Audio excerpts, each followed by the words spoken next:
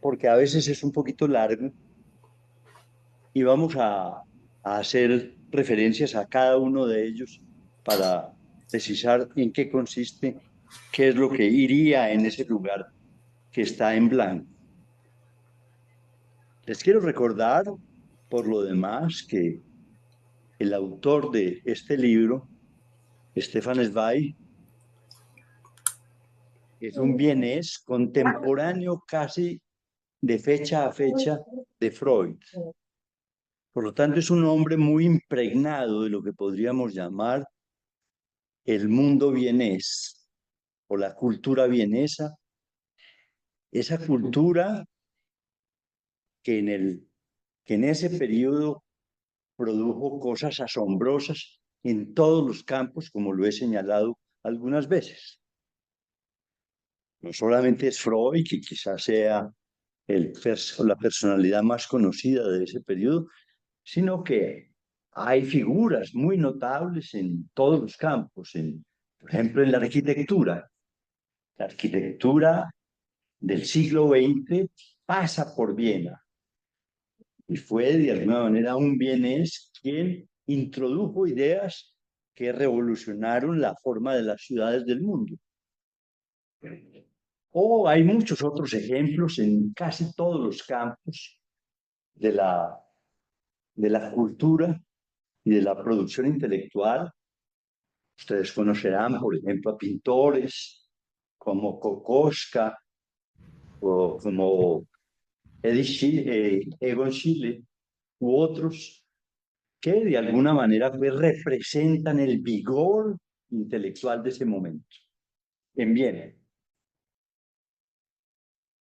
Stefan Zweig pertenece a ese momento cultural de Viena y escribió este libro, repito, en 1927, que es un libro que me ha sorprendido mucho.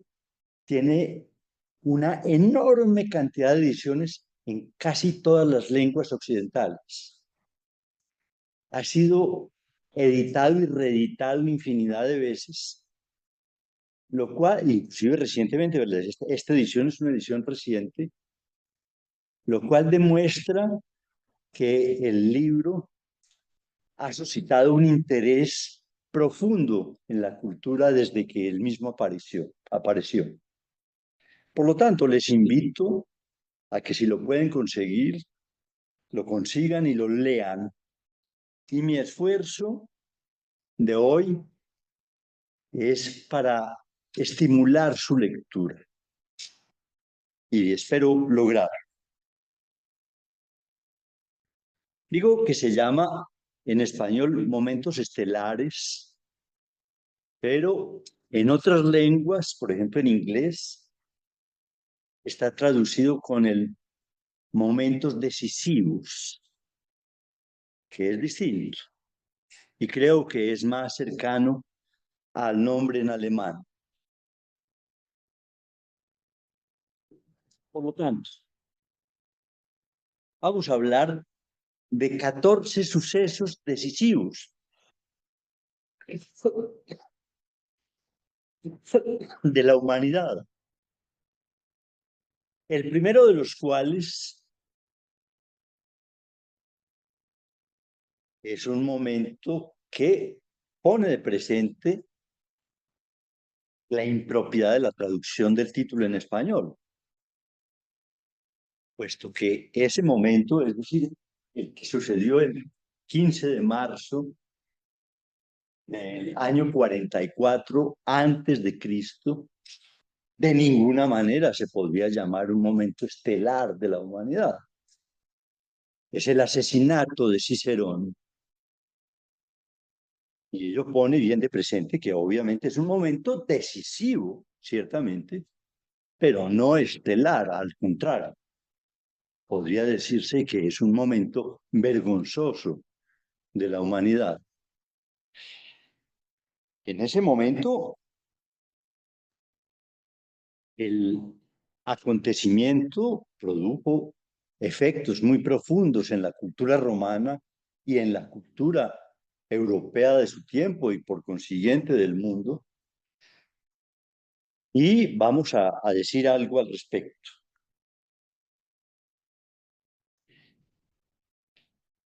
El año 44 es un momento importantísimo en la vida romana. Ya se acerca la cristiandad, pero aún, digámoslo así, en el mundo romano existe algo que pudiéramos llamar un cierto paganismo cultural. Ese paganismo había conducido a un hecho inédito en la historia del pensamiento humano, y es la producción de lo que hoy llamamos el humanismo. Es decir, con Cicerón se consuma una idea que aún es enormemente valiosa para nosotros, y es Cicerón quien la produce. Y es la idea de que debemos hablar antes que de pueblos, de etnias o cosas por el estilo, de aquello que nos es común a los humanos. Y que alrededor de eso, de la existencia de una humanidad, será posible construir muy diversas ideas, entre ellas, por ejemplo, una fundamental, y es la idea de la democracia. Por lo tanto, Cicerón, digamos, no es simplemente un hombre político o un gran orador, sino que es un filósofo, y un filósofo que introdujo en Occidente ideas fundamentales para la humanidad.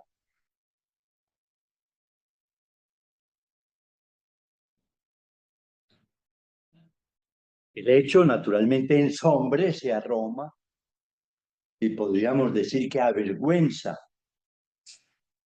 ¿no?, los pensadores y a los seres, digamos, decentes que había en Roma, y eso va a tener muy diversas consecuencias en Roma. Simplemente les quiero recordar, pero podríamos hablar, yo les dejo que lean en el libro todo lo que dice Sveig de ese momento. Les quisiera recordar, por ejemplo, de que Cicerón es contemporáneo de Julio César.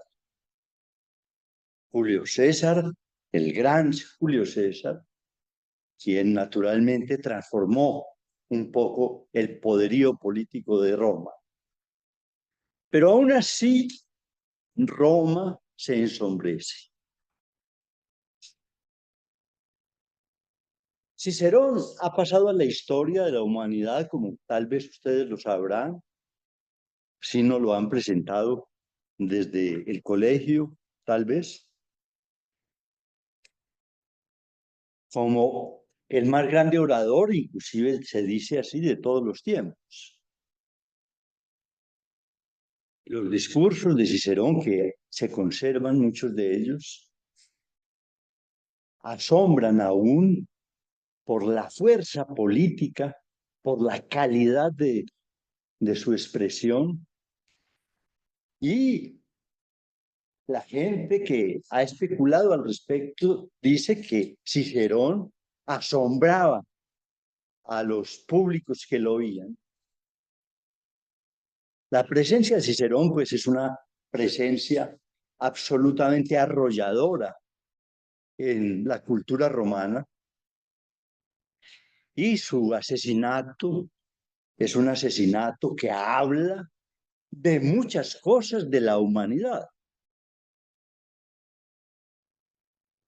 Lo asesina por un un asesino, un sicario de, de baja ralea, contratado por el Triunvirato.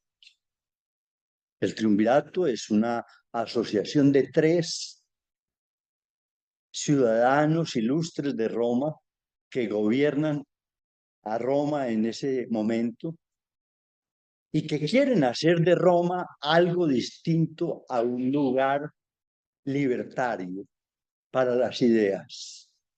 Para ellos, la posibilidad de un pensamiento libre es peligrosa y puede atentar contra su poder. Y ordenan el asesinato de Cicerón. Así pues que creo que el hecho que abre el libro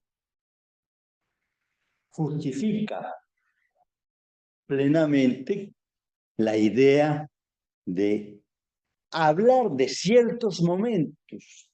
Quizás sobre ellos se puede hablar horas y horas, pero para nosotros, al menos que tal vez no seamos historiadores de Roma profesionales, creo que conviene saber algo bien dicho sobre ese momento y sobre ese suceso.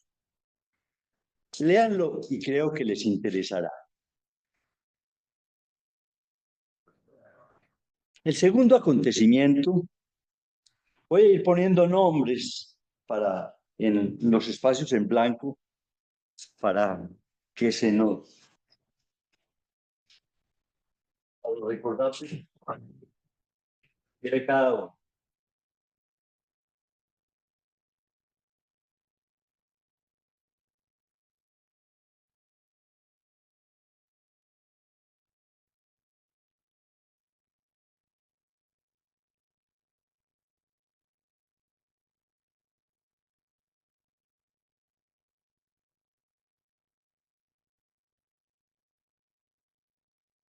El segundo acontecimiento que Zweig propone es el de la conquista de Bizancio por los musulmanes, que sucedió el 29 de mayo de 1453.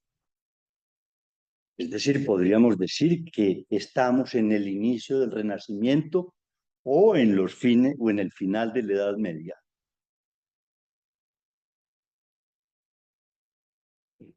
Precisar la fecha tiene interés, inclusive para intentar entender o ver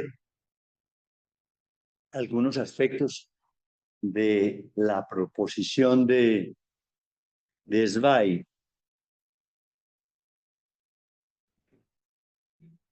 Observen que se salta la Edad Media.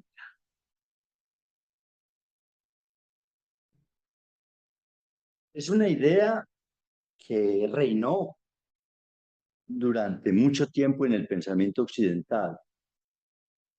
Y es la idea de que la Edad Media no produjo sino oscuridad, retraso y malas cosas. Hoy sabemos que esto es falso y que la Edad Media produjo cosas muy importantes en muchos campos de la vida.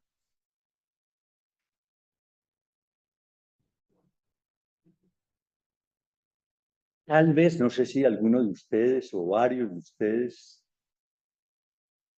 fueron la semana pasada al Teatro Metropolitano y escucharon a Carmina Burana. Carmina Burana es una obra moderna, es una obra del siglo XX.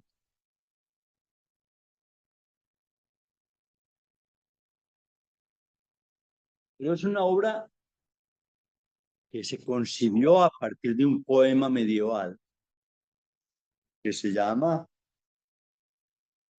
Carmina, se me olvidó el nombre.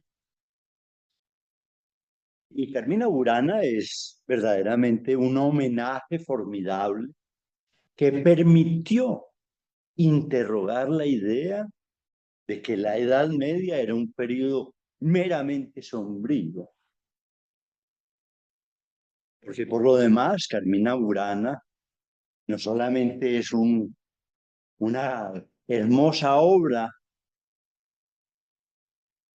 oral, sino que es también un momento de sensualidad profundo, por ejemplo. Y cabe preguntarse entonces, ¿qué es eso de la Edad Media y la sensualidad?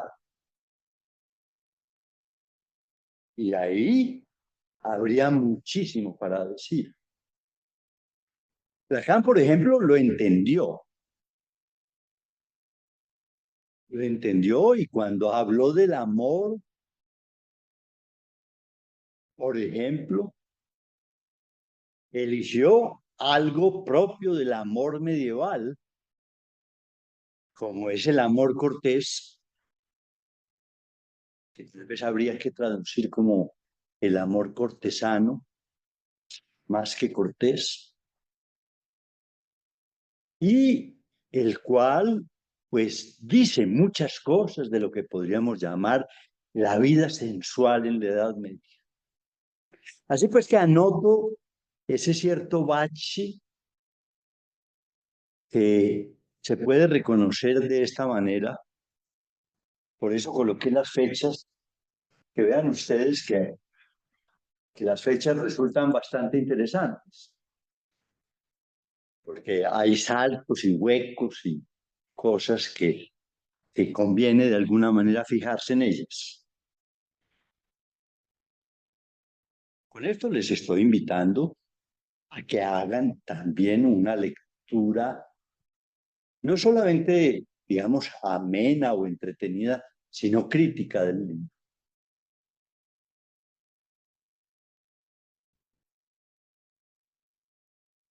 En 1453, pues, desaparece Bizancio.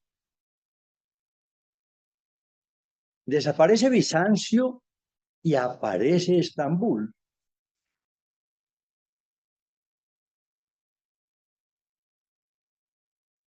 Eso es un monumento, digámoslo así, de la historia humana. Bizancio se había llamado Constantinopla, como sabrán. Luego se llamó Bizancio por los avatares, digámoslo así, del Imperio Romano. El Imperio Romano llegó a crecer de tal manera que se volvió casi ingobernable. Y hubo un emperador romano en la Edad Media que decidió dividir el imperio entre el Imperio Romano de Occidente y el Imperio Romano de Oriente, teniendo a Roma como la sede del Imperio Romano de Occidente y a Bizancio como la sede del Imperio Romano de Oriente. Y Bizancio fue una especie de figura estelar de la vida cristiana y produjo cosas maravillosas. Por ejemplo, aún existe Santa Sofía, de la cual habrán oído hablar por lo menos si no la han visitado. Santa Sofía es una iglesia que se inventó Bizancio y que se le inventó un poco la contracorriente de la cultura gótica. No es una catedral gótica, lo cual habla de la fuerza cultural de Bizancio, oponerse a esa corriente arquitectónica que era la cultura gótica. Y crea una maravilla arquitectónica. En Internet se consiguen visitas a Santa Sofía y crea esa maravilla, pues, que es Santa Sofía. Pero Bizancio cae en 1453 y cae bajo el poder de los ejércitos otomanos, que quieren dominar esa parte del mundo, que era un mundo griego, porque Bizancio, digamos, era Grecia, era la continuidad de la vida griega en lo que hoy se conoce como Turquía. Ustedes pueden imaginar, no se necesita tener una enorme erudición en historia de Occidente, lo que eso puede haber significado. Es decir, el derrumbe de una cultura para ser sustituida por otra. Una civilización desaparece de Bizancio y aparece una nueva cultura, la cultura musulmana. Y en lugar de hablar de Grecia, hoy hablamos de Turquía.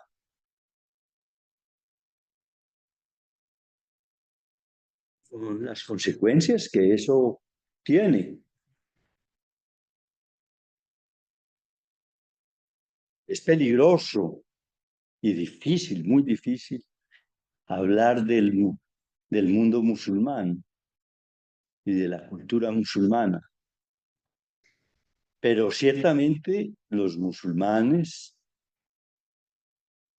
no han hecho siempre cosas bellas.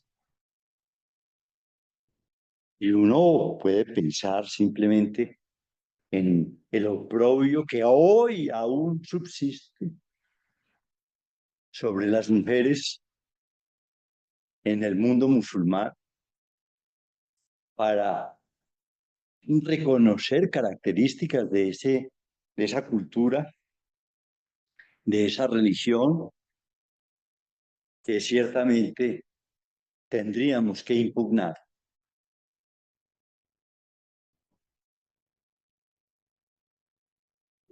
Es un hecho que tiene consecuencias aún hoy,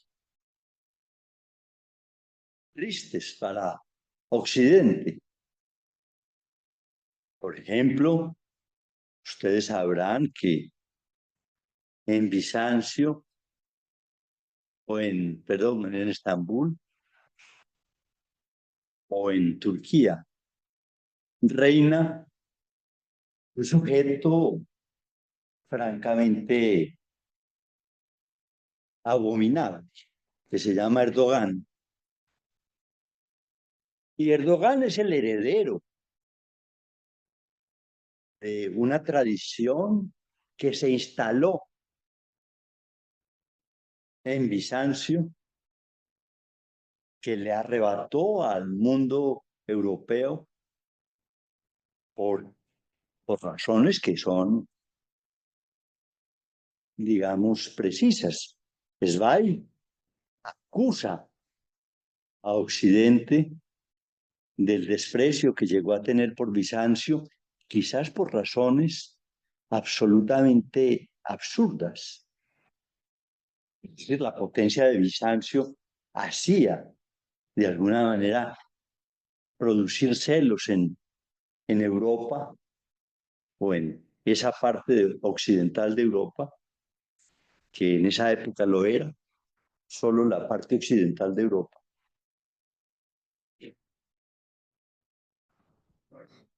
Y habían simplemente tenido unas relaciones cada vez más desdeñosas con Bizancio, lo cual aprovechó un ambicioso joven hijo del sultán de un pueblo menor del Asia que se llamaba los turcos e invadieron a Bizancio y con ello produjeron una explosión de la cultura musulmana. Es un periodo, un momento decisivo, no estelar, decisivo de la humanidad, yo diría que lamentable.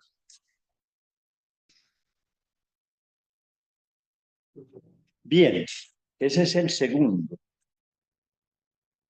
El tercero,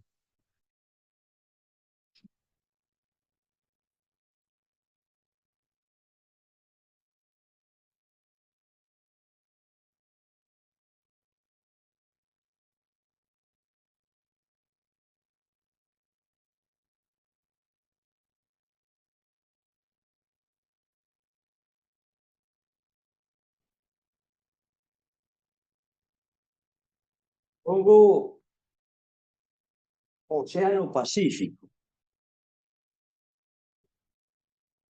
y debajo pongo Virú. Virú. Se refiere el BAI a lo que se conoce impropiamente, como sucede con muchos términos de ese orden, el descubrimiento del Océano Pacífico por Balboa. Lo recordarán de sus clases de historia. Balboa llega desde Panamá, atravesando por el Caribe, llega y se asoma en Panamá y ve ese nuevo para Europa océano que les permite a los hombres de su tiempo entender la idea de que la Tierra no es plana, por ejemplo, puesto que el Océano Pacífico está por allí, pero lo encontramos también por allí, porque los europeos tenían conexiones con el Asia. ¿Cómo cerrar esa bola? Si no es con una bola, por decirlo así.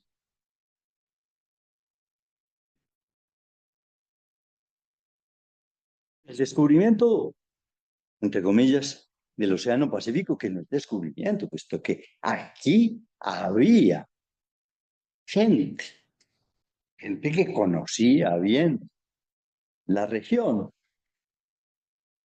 Y cuando Balboa llega a la costa de Panamá y mira el Pacífico y además viene desde el Caribe y se da cuenta de la profunda diferencia, ¿cómo se llamará eso? Geológica o bueno, de la naturaleza del Océano Pacífico, que es pacífico, a diferencia del Océano Atlántico, que es atlántico, de Atlas. Esa diferencia le conmueve y se lanza a su, digamos, conquista para la corona española. Pero realmente lo que lo lanza a Balboa,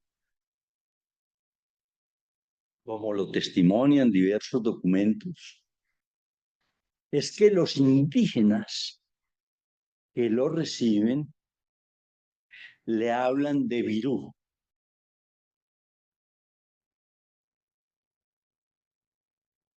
Virú es el lugar de donde ellos, los indígenas, han traído o traen unas pepitas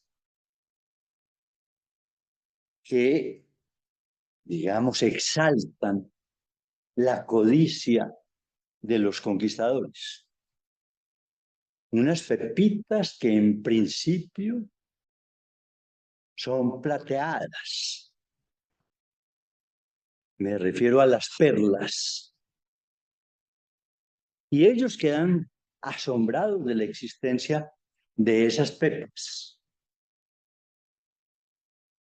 que al parecer existen por, por toneladas, puesto que las regalan como si se tratara de granos de maíz. Y con ello, digamos, estimulan lo que es propio de lo que llamamos conquistadores, es decir, la codicia.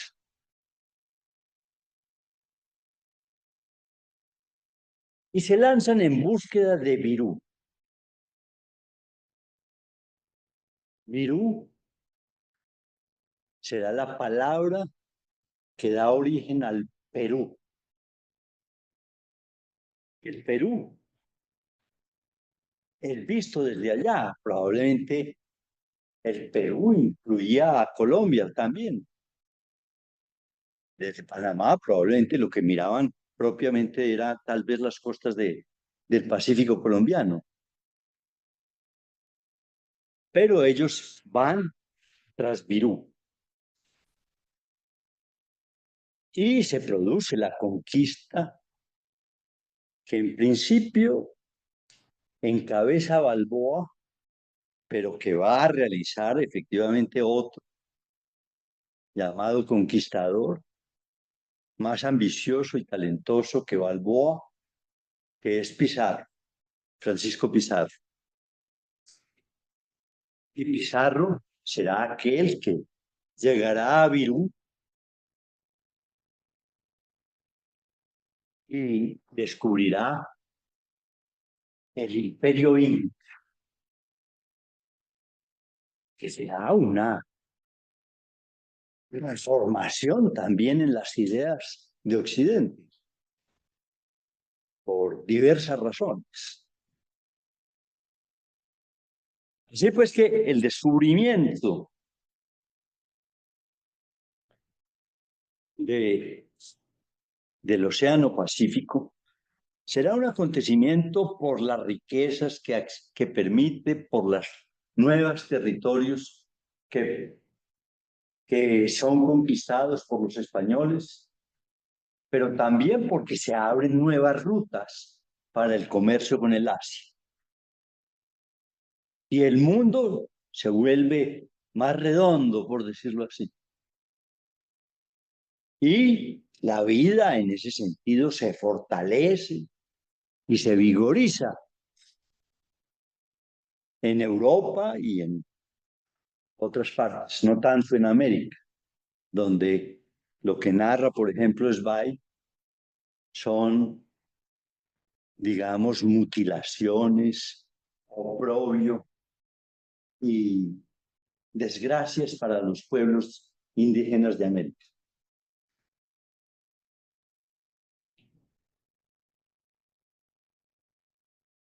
Ese es el tercer acontecimiento que a mí personalmente, y tal vez a ustedes compartan con la idea, hasta la lectura de Zweig, yo no le había captado exactamente la importancia que eso podría haber tenido. Me parecía el descubrimiento, me parecía más bien pues una especie de eurocentrismo, de decir que es que apareció el Océano Pacífico. No, es que detrás de eso se produjeron muchas cosas y muchas transformaciones negativas y positivas en el mundo. El cuarto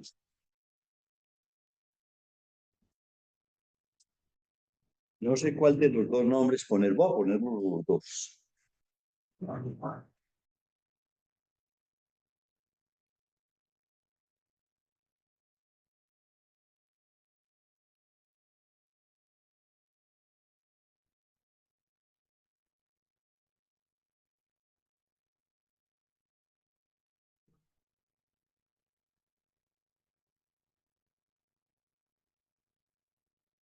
Composición del Mesías de Händel. Créanme que a mí me estremeció cuando vi ese capítulo del libro. Veníamos hablando de asesinatos, de conquistas, de oprobios y de sangre, y nos habla del Mesías de Händel. El Mesías de Händel es una obra que seguramente todos conocen. Creo que muy pocas personas, tal vez, que se hayan interesado en la música, no podrán tararear algo del aleluya del Mesías.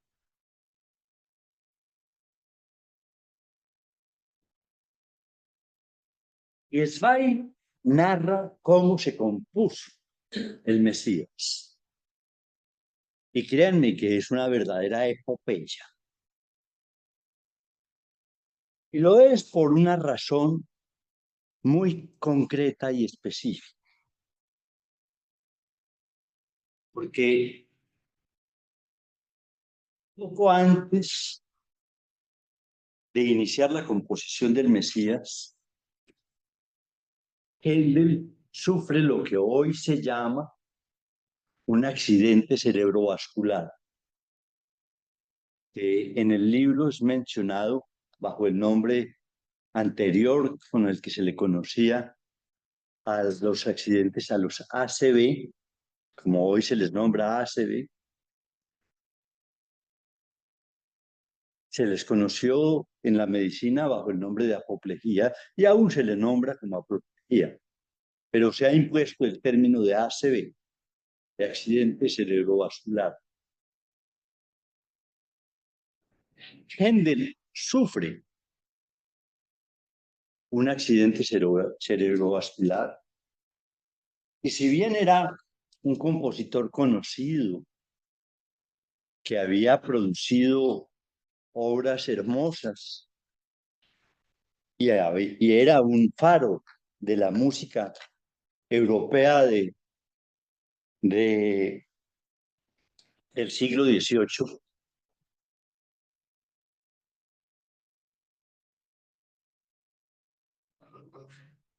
se enfrenta a la idea de que tiene que, según los médicos, que tiene que abandonar por completo la composición musical. Inclusive Zweig dice algo. El médico le dijo a las personas cercanas a Händel, le dijo que hemos perdido al músico, pero vamos a tratar de conservar al hombre. Y al decir, seguramente es fantasía del Zweig, al escuchar esto, Zweig, Händel, sintió un tal reto en su alma que se decidió a componer una obra que tenía en su cabeza y que no había plasmado y se entrega a su composición. La obra la termina, según dice Zweig, en menos de 3 semanas, lo cual es una hazaña musical. Y es una hazaña, digámoslo así, humana, puesto que ustedes podrán imaginar las limitaciones que vive un hombre que ha tenido un accidente cerebrovascular. Y contra esas limitaciones se convence de algo que es una enseñanza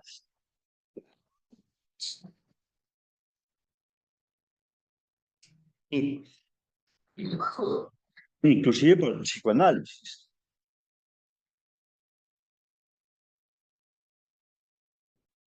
Y es que si tiene un deseo y ese deseo lo es, puede aún vencer la enfermedad. Y cada dificultad, cada limitación que le impone su estado va cediendo progresivamente a medida que avanza en la composición del Mesías. Y cuando termina el Mesías, Händel está recuperado. Eso no lo comprende aún la medicina. ¿Cómo diablos se produjo un acontecimiento de esas proporciones en el cuerpo de Händel? Händel además era un hombre monumental, medía como 1,85, 1,90, era grueso y era, vean en internet las fotos de Händel y es un hombre monumental. Y ese hombre vence las limitaciones de su cuerpo y crea esa maravilla que es el Mesías, que hoy es una obra impostergable, especialmente en los finales de año. María Elena la ha cantado y seguramente María Elena, que es cantante, seguramente nos podría hablar con mejor autoridad de lo que estoy diciendo. Pues bien, lo que Zweig rescata no solamente es la capacidad de Händel, sino el milagro que es el deseo. Y que en función del deseo, cuando el deseo es decidido, hay pocas cosas que sean imposibles de hacer. Tenemos pues ese como el cuarto acontecimiento. El quinto no me gusta tanto, pero debo ponerlo.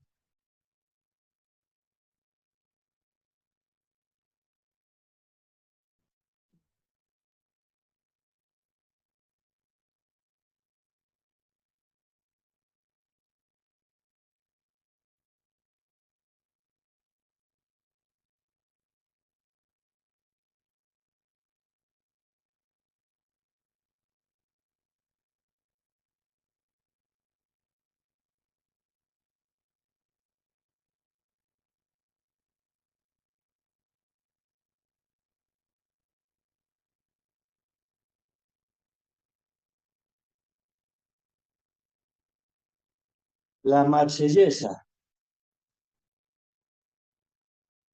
No sé por qué no me gusta tanto el quinto.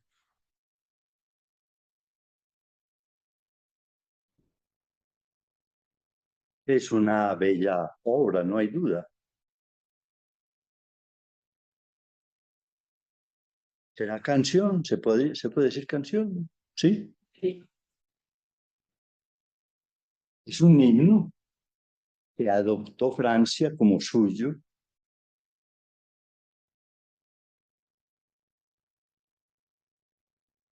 Lo adoptó, ya que fue compuesto por un francés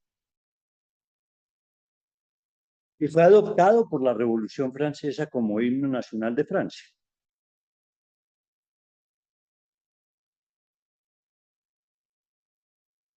Lo interesante tal vez de la propuesta de, de Zweig es la idea de si cuál es el papel que jugó la marsellesa en la Revolución Francesa. porque llega a sugerir que sin ese himno probablemente la revolución no habría alcanzado la fuerza que alcanzó con las consecuencias que ello tuvo. Sabemos pues que en cierto sentido el mundo político o la organización política del mundo cambia con la Revolución Francesa. Y que pensar ya en reinados es difícil y que aparece un nuevo hombre, un, o renace un hombre que había existido en Roma y es el ciudadano. Y Zweig se atreve a pensar que eso puede haber sido producido producto del vigor musical de la marsellesa. Bien, el sexto. Podemos poner dos nombres ahí.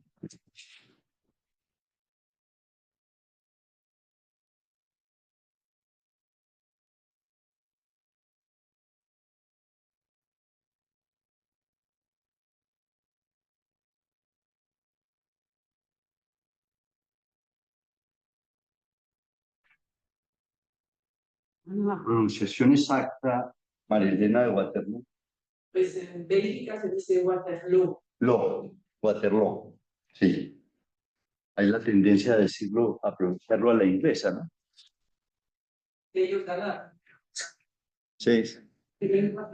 Es Nelson y naturalmente, seguramente eso, el triunfo de Nelson pudo haber significado incidido en la pronunciación de Waterloo. También.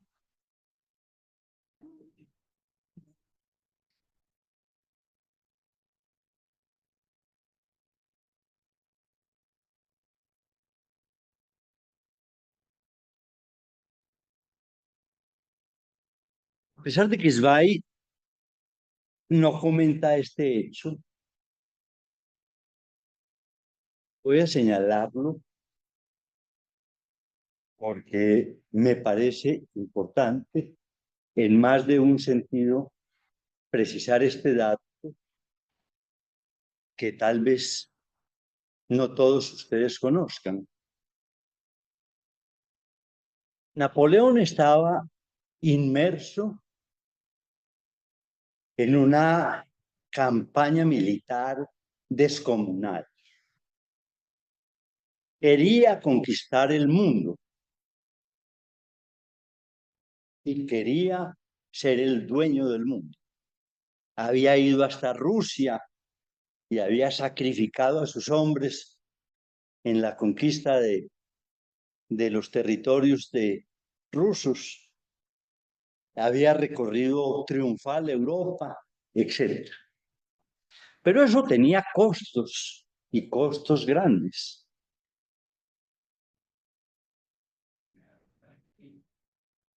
Y entonces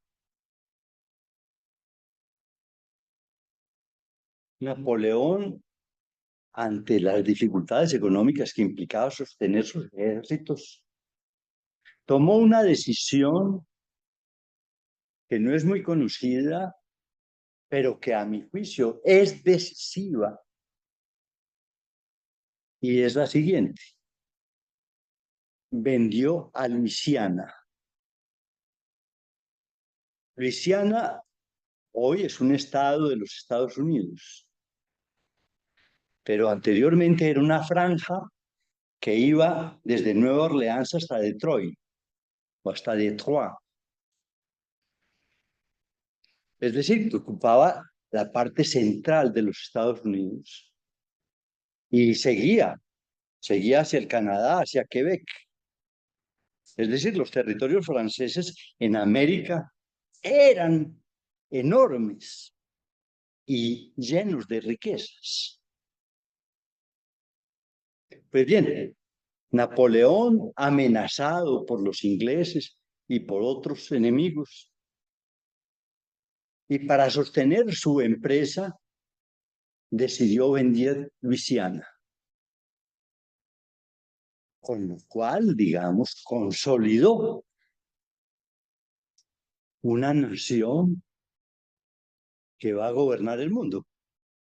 Es decir, creó a los Estados Unidos, que a partir de ese momento eran 7 estados del este de Nueva York hasta, hasta, hasta las Carolinas. Era un pedacito de los Estados Unidos. Y con la venta a esos 7 estados, que eran los Estados Unidos,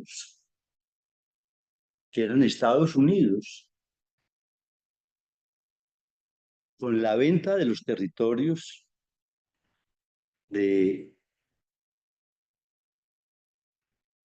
eran posesión de Francia, se consolidó una nación que fue una nación que a partir de ese momento explotó en poderío, en creatividad, en fuerza, en oprobios también de otros.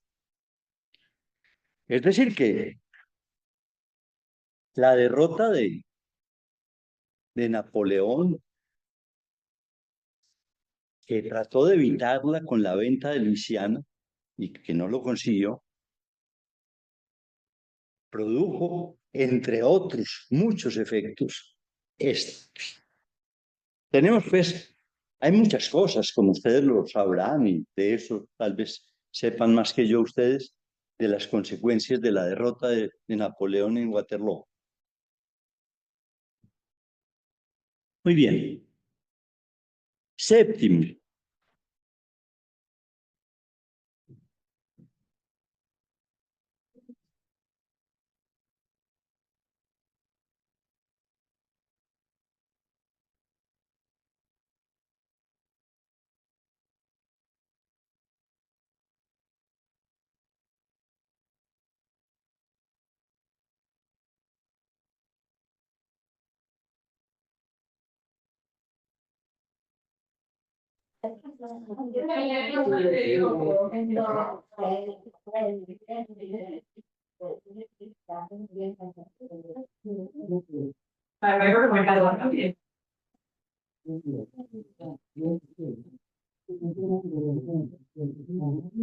La elegía de Marimbada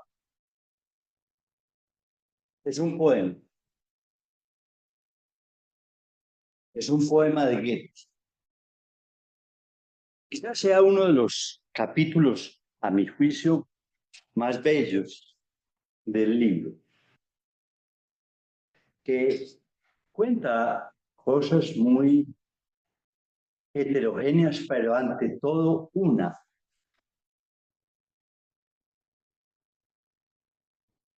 Y es la fuerza del amor, sobre todo del amor imposible, para la construcción de la belleza. Porque se dice que la elegía de Marienbad es el más bello poema que se ha escrito en lengua alemana en cualquier momento. Podríamos leer algunos pasajes que los encuentran en el libro de la elegía y creo que se podrán estremecer con la belleza del poema de Goethe.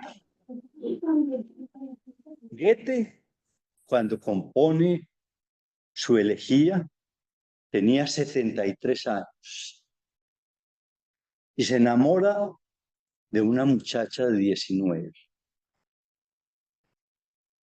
Y ella lo acepta. Y tienen un romance. Un romance que narra Zweig con ternura y con admiración.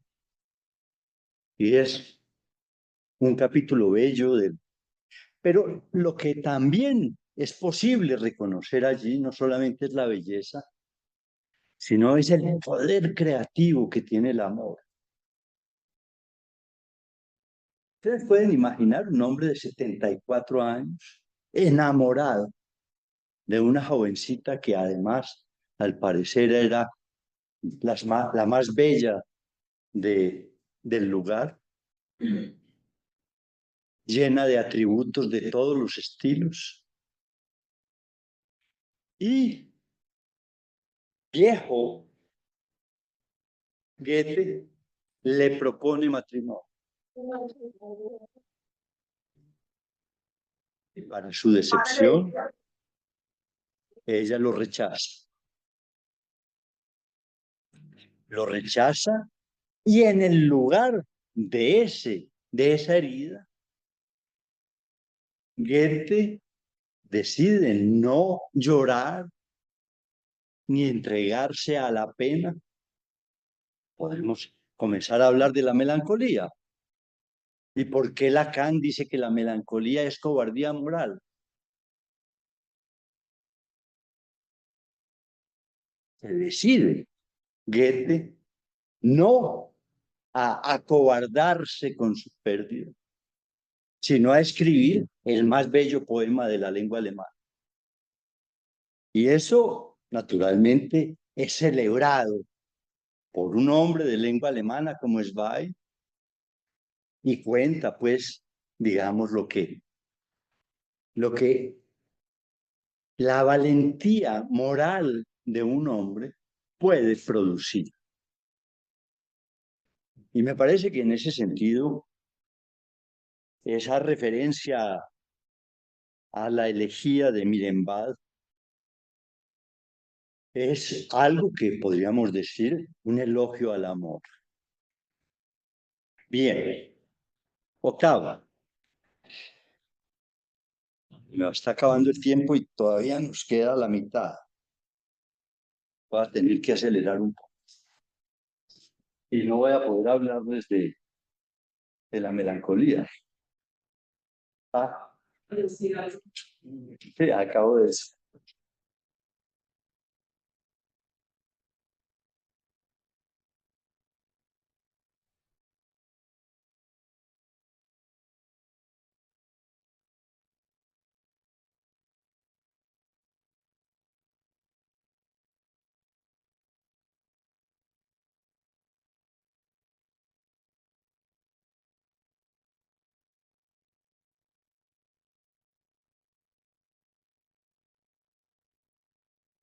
El descubrimiento del oro en California.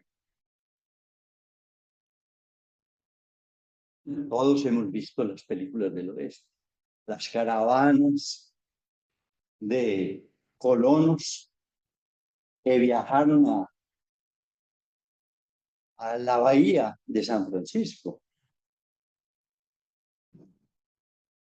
a apoderarse del oro, que se sabía que allí existía por todas partes.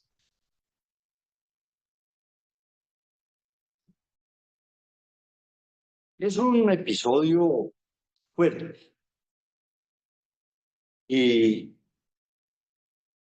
Zweig no pone el acento ni en la codicia, ni en las hazañas que tuvieron que cumplir los colonos, ni nada por el estilo, sino en la lucha de un hombre cuyo nombre olvidé, ya no recuerdo cómo se llama, que era el propietario de todo San Francisco, de toda la bahía de San Francisco, y que cuando se apoderan de sus tierras, las hordas que llegan allí, él se creía, digamos, el dueño, en efecto, de esas tierras. Pero pasan por encima de él y cada uno elige su pedazo para sí. Y este hombre emprende una lucha en Washington para imponer su propiedad, para imponer sus derechos como propietario. Y el cuadro que narra Zweig de esa lucha de ese hombre es, digámoslo así, sí, me parece. Es lo que podríamos llamar el cuadro de un hombre melancólico. Es un hombre, digámoslo así, que sabe que ha perdido, y que el poder del oro lo sobrepase. Y permítanme en ese sentido, por ejemplo, decir o repetir algo que es la base del descubrimiento freudiano sobre la melancolía. La melancolía, este hombre que se llama Cyrus, no sé qué, llamámoslo Cyrus. Este hombre, digámoslo, es descrito por Zweig como un hombre triste, como un hombre que vaga por diferentes lugares de los Estados Unidos pidiendo que ser escuchado porque ha perdido su objeto. La melancolía es la respuesta de un sujeto que no puede aceptar la pérdida de objeto. Y eso le sucede a este hombre, que era un hombre poderoso, rico, y se sentía ufano de su poder, y que ve que San Francisco y la Bahía deja de ser de él y pasa a manos de todos. Es un momento que ciertamente tiene importancia porque es detrás de eso también que se construyó el poderío económico de los Estados Unidos. El noveno, quizás sea uno de los que más me gustó del libro. Lo voy a escribir, se llama El indulto de Dostoyevski.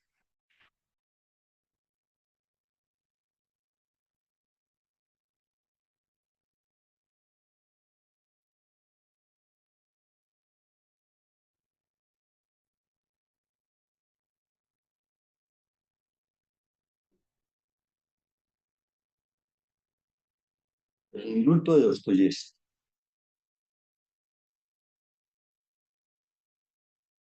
Dostoyevski fue indultado por varias razones. ¿Indultado de qué? Indultado de la pena de muerte.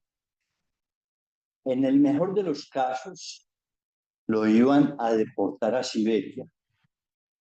Y él era un joven, especialmente un jugador que había, digámoslo así, estafado a algunas personas y que había, digamos, logrado enemistades poderosas. Y tal vez por su inteligencia logra ser indultado. Y Dostoyevski, de quien supongo que ustedes tienen, o quisiera yo, que tuvieran la misma admiración por su obra como la que tengo yo, y me asombran todavía páginas de los Karamazov, por ejemplo, o de Crimen y Castigo, o del Jugador, o de otras obras de Dostoyevski. Y Dostoyevski, digamos, demuestra que efectivamente una oportunidad en la vida hay que aprovecharla bien. Y se dedica, digamos, a ser la historia de sus propios sentimientos y relaciones con la vida en forma novelesca, es decir, el asesinato de una vieja que él había imaginado para hacer. Y en lugar de asesinar a la vieja rica para resolver sus deudas de juego, resuelve escribir una novela. Escribe una de las más bellas e interesantes novelas que se ha escrito en la literatura de todos los tiempos. Así pues que el indulto de Dostoyevski es el indulto o es la oportunidad a la inteligencia. Y esa oportunidad a la inteligencia, Dostoyevsky efectivamente la aprovechó. Y hoy nos admiramos con lo que eso produjo. Décimo, voy a leerlo simplemente y ustedes terminan de leerlos. Décimo, un cable atraviesa el océano y es posible el telégrafo. Es decir, la producción del telégrafo que va a conectar al mundo. Hoy nos parece es una trivialidad y aún una antigüedad.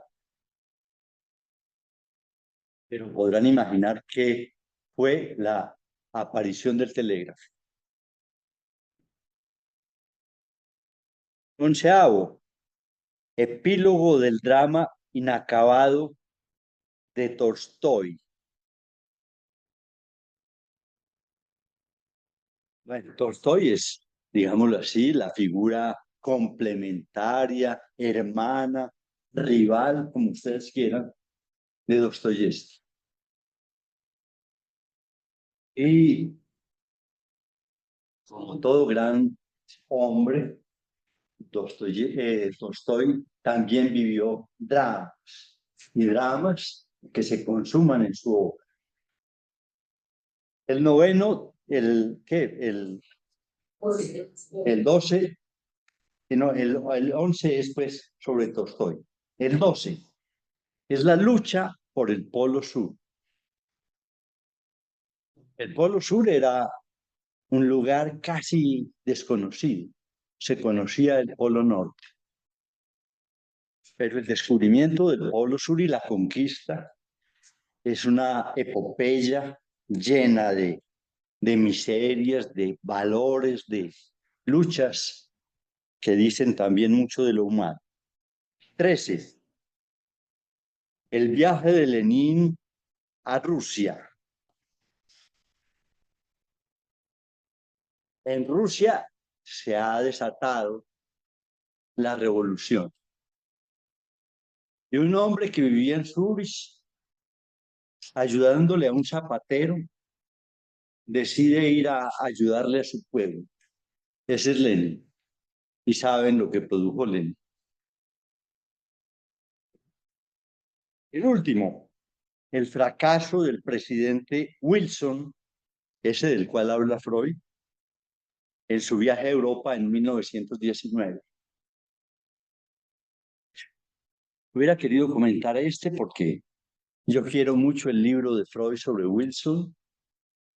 Hay muchas cosas que decir sobre Wilson, pero ante todo me parece interesante mencionar un hecho, y es cómo un hombre puede engatusar a un continente con una promesa. Wilson trató de engatusar a Europa en 1919 con la idea de la paz eterna. Y la paz eterna era posible. Bueno, el psicoanálisis nos cuenta de que el no todo rige lo humano y que las paz eternas o totales o demás son engaños. Y hay la narración, pues, de ese esfuerzo iluso o engañoso de Wilson por proponer la paz eterna. Muy bien, espero que se interesen en el libro y puedan leer. Hablaremos en la próxima oportunidad un poco mejor de la melancolía. ¿Perdona? Sí, claro.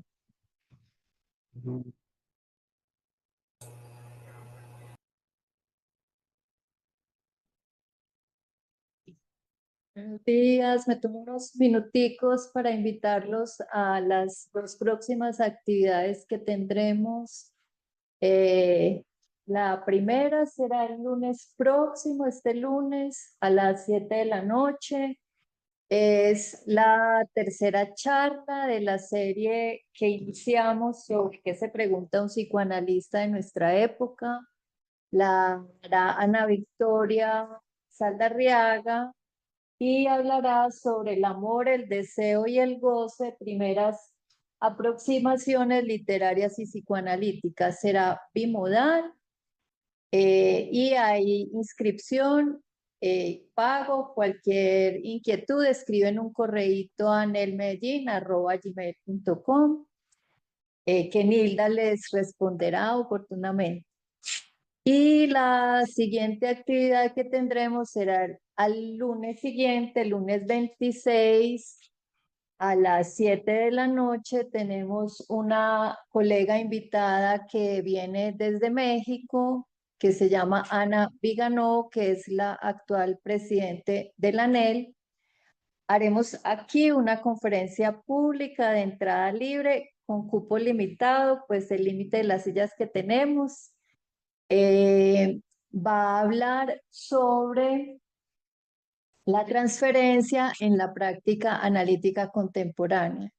Y al día siguiente, el martes 27, igualmente a las 7 de la noche, se presentarán 2 casos clínicos que comentará Ana Viganó igualmente. Y también es una actividad de entrada libre con cupo limitado. Esas 2 actividades con Ana Viganó son solo presenciales. Bueno, los esperamos para el próximo lunes y al otro lunes y martes siguiente. Muy bien, Gracias. hasta luego. Saludo a todos los asistentes de internet también. Hasta luego. luego. Luego, Gracias, gracias. Juan Fernando. Gracias.